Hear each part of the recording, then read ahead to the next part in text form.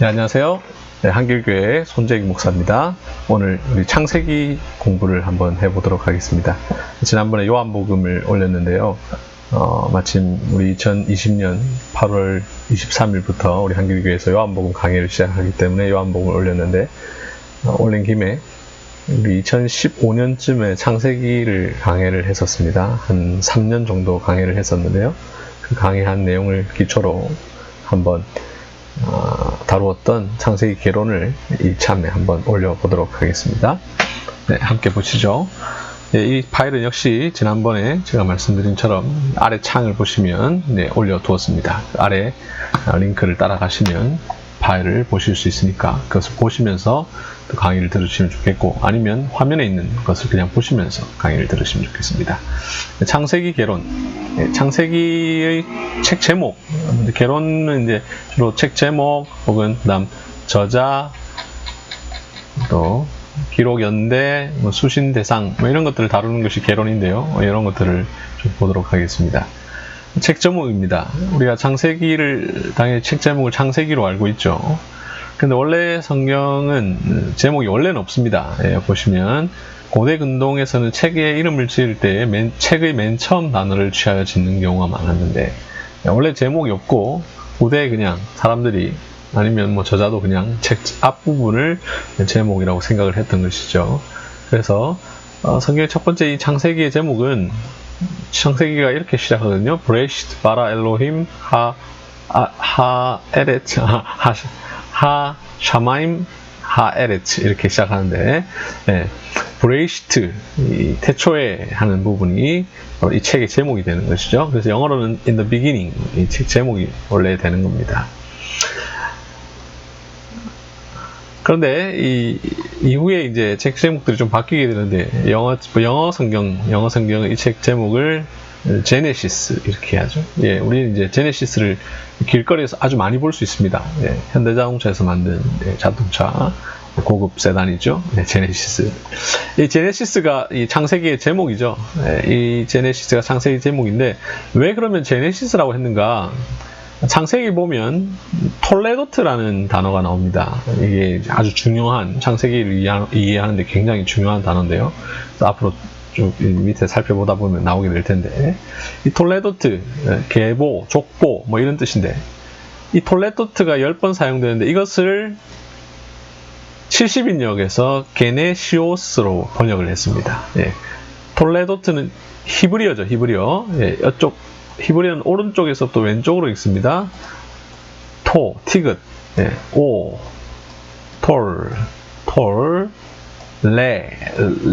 리을이니까 리을 밑에 이게 붙으면 이가 되거든요. 에가 되거든요. 톨레도트. 톨레도스. 이것을 헬라어로 게네세우스라고 번역을 했는데, 이것을 다시 라틴 벌게이트역, 우리 고대에는 라틴어가 주로 사용되었으니까 이 라틴어로 사용된 성경에서 이걸 어떻게 번역을 했냐면 리벨 게네시스, 이렇게 번역을 한 겁니다. 이 게네시스라는 책, 리베르, 옛날에 우리가 이제 스페인어로도 리브로 하면 책이죠. 리베르, 라틴어로 책인데, 창세의 책, 톨레도트의 책, 이렇게 되는 건데, 이 제네시스 리베르, 이것을 가지고 이제 이 제네시스를 영어로 제네시스라고 번역을 한 것이죠. 중국어 성경, 한글 성경, 우리 한글 성경은 당연히 중국 성경의 영향을 받았는데, 중국어 성경은, 그리고 한글 성경은 이 태초에 해당하는 브레이시트의 신학적 의미를 담아서 창세기라는 제목을 붙였습니다. 창조에 관한 사람에 관한 이야기. 창세기 1장에 보면 하나님께서 천지를 창조하셨고 또 사람을 창조하신 그런 게 나오니까 창세기, 이렇게 이 제목을 붙인 것이죠. 창세기는 태초에를 뜻하는 히브리어 제목 브레이시트가 말해주는 것처럼 하나님에 의해서 세상과 역사의 시작이 된 것을 보여주고 있습니다. 그래서 창세기는 이 제목 자체에 우리 한글 제목, 영어 제목 이런 것을 통해서, 영어 제목은 아니죠. 한글 제목, 중국어 제목을 통해서 이 인류의 시작에 관한 하나님의 역사를 우리에게 가르쳐주고 있다는 것을 알 수 있습니다. 두 번째, 저자입니다. 창세기 저자는 다 아시죠? 네, 모세입니다. 창세기 저자. 흔히 모세 오경이라고 하죠. 펜타투크라고 하는데, 창세기, 출애굽기, 레위기, 민수기, 신명기 이 5권의 책을 가리켜서 모세 오경이라고 하죠. 저자의 이름을 따서 그렇게 부르고 있습니다.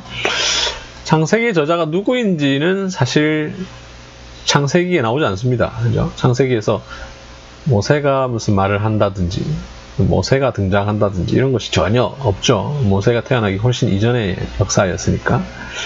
그러나 우리가 다른 출애굽기나 뭐 이런 내용들을 통해서, 또 교회 역사를 통해서 이 창세기의 저자가 모세라는 것을 굉장히 우리가 다 인정하고 있습니다. 근데 현대 구약학에 들어와서 현대가 항상 문제인데요. 현대 신학자들은 자꾸 이 성경을 좀 삐딱하게 보려고 하는, 성경에 대해서 어떻게 하면 비판할 수 없을까, 이런 생각을 좀 많이 하는 경향이 있는데, 현대 구약학자들은 이 창세기의 저자가 모세가 맞냐, 이런 의문을 품고 여러 가지 문제 제기를 하게 됩니다. 그렇게 하게 되는 결정적인 이유 중에 하나는 신명기 때문이죠. 신명기 뒤쪽에 보면 32장인가 33장에 보면 모세가 죽죠. 모세가 죽는데 모세가 썼다. 좀 어색하잖아요. 자기가 죽는데 나는 죽노라, 뭐 이렇게 쓸 수는 없는데 그런 내용이 있다라는 거죠. 그래서 이 모세가 쓴 게 맞느냐, 이런 의문을 가지기 시작합니다. 그뿐만 아니라 이제 18세기에 성경 비평학이 등장을 하게 되는데요. 18세기는 이 계몽주의가 유행하면서 합리주의, 이성주의 이런 것들이 등장을 하잖아요. 18세기에 성경 비평학이 발달하면서 모세가 쓴 것이 맞느냐, 이런 의문을 제기를 합니다. 18세기에 있었던 이런 비평들은 우리가 되게 어려운 내용이지만 신학교 가면 다 배운 내용인데 별로 중요하지 않은데, 자료 비평, 양식 비평, 전수사 비평, 이런 비평들이 나오는데, 그런 비평을 보면 여기 각주 4번에 보면 나오는데요. 현대 성경 비평학은 1753년 프랑스 의사 장 아스트럭, 이 사람이 이제 처음 주로 했다고 보여지는데, 이 사람은 창세기에 하나님에 대한 이름 엘로힘과 야훼가 혼용된 점과 곳곳에 반복된 비슷한 내용을 근거로 창세기가 소위 J문서와 E문서로 구성되었다라고 주장을 합니다. J는 여호와, E는 이 엘로힘이죠. 제호, 엘로힘이죠. 그래서 이후에 드베테라는 사람, 이 사람에 의해서 신명기는 D문서, 그렇게 해서 이 비평학자들 특별히 이제 어떻게 나오냐면 네 문서 편집서를 얘기하는데요. J문서가 있고 E문서가 있고 D문서가 있고 P문서가 있다. J문서는 여호와를 다루고 있는 내용, E문서는 엘로힘, D문서는 신명기의 어떤 문서, P문서는 제사장 문서, 이런 걸 가지고 문서서를 이야기하면서 이런 여러 문서들을 묶어서 만든 책이 성경이다. 4가지 문서들이 편집되어서 모세의 오경이라는 한 권의 책으로 묶어 놓은 것이다. 이런 주장을 하게 되는데, 이런 것을 이른바 문서설이라고요. 이 문서설은 벨하우젠이라는 아주 유명한 신학자, 좋은 신학자는 아닙니다. 성경을 비평적으로 본 거니까, 이런 사람에 의해서 구약학계에 본격적으로 등장하게 되는데요. 자, 이런 사람들은 모세가 쓴 게 아니다, 이런 비판들을 하는데, 우리가 전혀 따를 필요도 없고요. 아주 잘못된 내용인데, 근데 문제는 사실 현대에 나오는 여러 책들, 창세기에 관한 책, 그리고 구약에 관한 책들을 보면 이 비평학의 영향을 많이 받았습니다. 비평학에 동의를 해도 영향을 받았고, 동의를 하지 않아도 영향을 많이 받았어요. 그래서 비평학을 우리가 자세히 알 필요는 없지만 대충 알 필요는 있습니다. 책을 읽을 때에, 혹은 창세기에 관한 여러 잘못된 이야기들을 들을 때에 이런 비평학의 영향을 받아서 어떤 주장을 하는 사람들이 있을 수 있기 때문에요. 그렇죠. 우리 목사님들이 보통 참고하는 여러 주석들을 보면 현대의 주석 거의 대부분은 이 비평학의 영향을 받았다고 볼 수 있습니다. 그래서 그걸 이제 잘 걸러내는 것, 비평적인 이야기인지 아니면 아닌지를 잘 분석해서 이제 교인들에게 전달하는 것, 이런 것을 위해서 알아둘 필요가 있죠. 수신 대상, 이제 일단 우리가 이 비평학을 받아들이면 안 됩니다. 성경을 창세기는 모세가 분명히 쓴 것이고, 뭐 여러 문서를 모아서 이게 아니고요. 창세기 분명히 성경에서 말하는 대로 모세는 성령 하나님의 영감을 받아서 기록한 책입니다. 물론 그 모세가 당시에 있었던 여러 자료들을 참고는 할 수 있겠죠. 성경을 쓴 저자들이 뭐 영감을 받았다 할 때 갑자기 뭐 하늘에서 빛이 확 내려와서 그렇게 해서 쓴 건 아니거든요. 여러 책들을 참고하고 전승들을 참고하고. 근데 그것만을 가지고 이렇게 썼다라고 하면 이제 비평하게 되는 것이고, 그게 아니라 성경의 영감을 받아서 쓴 겁니다. 3. 수신 대상 및 저작 연대. 창세기를 누구에게 썼느냐? 1차적으로 물론 우리 모두에게 썼죠. 오고 오는 모든 교회를 위해서 쓴 책이 창세기인데요. 그럼에도 불구하고 창세기를 언제 썼느냐, 누구에게 썼느냐, 이것을 아는 것은 굉장히 우리에게 도움이 되는데, 창세기는 무엇보다도 출애굽한 이스라엘 백성들이 1차 독자였다. 그렇죠? 이 사람들이 먼저 이 내용을 읽을 수 있도록 하기 위해서 쓴 것입니다. 출애굽한 이스라엘 백성들에게 왜 썼느냐? 출애굽한 이스라엘 백성들, 특별히 이제 애굽의 노예 상황에서 벗어나서 가나안 땅을 향해서 나아가는 이스라엘 백성들에게 있어서 이스라엘 백성들의 정체성이 무엇인가? 왜 우리가 가나안 땅으로 가야 하는가?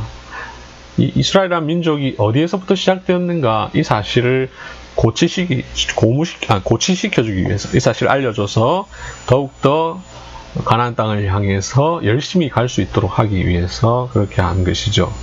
예를 들면 이스라엘 백성들에게 우리는 하나님께서 아브라함을 통해서 시작된 민족이다. 아브라함에서 시작됐고 이삭으로부터 이어져서 야곱을 통해서 12지파로 확장되어서 그렇게 해서 지금까지 이렇게 큰 민족을 이루게 되었다. 그래서 우리는 절대로 의기소침할 필요 없고 하나님의 약속을 따라서 이 가나안 땅을 가야 된다는 거죠.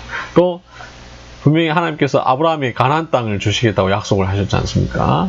그래서 더더욱 이스라엘 백성들로 하여금 원래 있었던 그 가나안 땅으로 가도록 하는 데 있어서 동기부여를 하기 위해서, 그래서 모세는 그들에게 이런 것들을 알려줘야 했고, 그 백성이 오늘이 어떻게 해서 있게 되었는가, 그들이 지금 상태가 어디서 시작되었으며 그 목적지가 어디인가를 가르쳐 주어야 했는데, 모세는 그 백성에게 이스라엘의 존재 의미를 가르쳐 주어야 했다. 왜냐하면 그것을 알아야 비로소 그 백성은 하나님이 그들을 애굽에서 건져내실 목적을 이룰 수 있기 때문이었다. 이런 목적으로 한 것이죠. 그러면 모세는 이 이야기를 어디에서 풀어갈 것인지를 생각했을 것인데, 그것은 무엇보다도 아브라함부터 시작하고 또 더 나아가 창세기부터 시작하는 것이죠. 모세는 출애굽하여 광야에 거주하던 백성들에게 그들을 구속하신 하나님이 누구며 가나안을 향하여 나아가도록 하신 이가 누구이신지를 가르칠 필요가 있었습니다. 그는 창세기를 기록함으로써 이 목적을 달성하려고 했고, 그래서 모세는 다음에 두 가지를 가르치는데, 첫째, 우리를 애굽에서 인도해 주신 하나님은 온 우주의 창조주이시다. 둘째, 그 하나님은 우리 조상 아브라함을 부르시고 그와 그의 자손을 언약 백성으로 부르셨다. 셋째, 이스라엘은 평범한 백성이 아니라 언약의 후손들이다. 이 사실을 가르쳐주기 위해서 창세기를 기록했다는 것이죠. 자, 그러므로 저작연대 역시 출애굽 직후라고 볼 수 있습니다. 출애굽한 직후에 이스라엘 백성들을 위해서 쓴 것이 창세기다 라고 하는 것이 이 창세기에 대해서 일반적으로 알고 있는 내용이죠. 창세기 주제 및 기록 목적. 창세기의 총 주제는 하나님 나라인데요. 하나님 나라. 창세기 하면 대부분 교회에서 그냥 아브라함처럼 복 받아야 됩니다. 요셉이 꿈을 꿨습니다. 여러분도 꿈을 꾸십시오. 이런 이야기들만 많이 듣죠. 혹은 야곱이 팥죽을 팔아서 에서에게 장자권을 샀습니다. 야곱은 참 못된 사람입니다. 이런 말도 안 되는 이야기를 교회에서 많이 듣게 되는데, 창세기는 그런 것을 다루고 있는 책이 결코 아닙니다. 창세기의 핵심은 그런 내용을 다루고 있는 게 아니에요. 창세기는 하나님 나라, 이제 이스라엘 백성들을 통해서 하나님 나라가 세워지게 될 텐데, 하나님 나라를 어떻게 세워갈 것인가 하는 것을 보여주기 위해서, 하나님께서 어떻게 하나님 나라를 세워가셨는가 라는 것을 보여주기 위해서 기록된 것이 창세기입니다.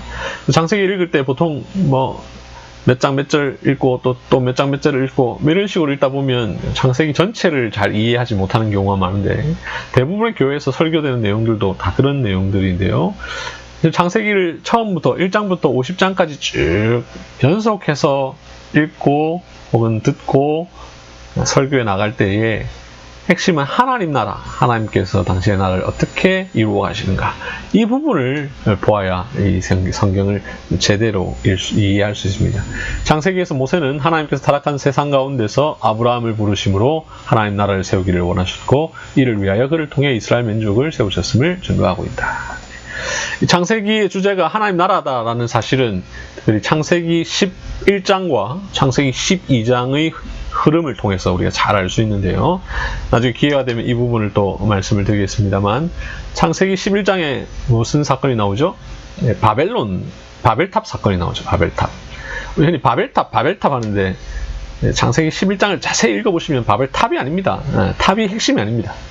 바벨탑이 있었죠. 탑이 있었지만 바벨의 탑이 핵심이 아니라 바벨이라는 도시가 핵심입니다. 바벨이라는 도시.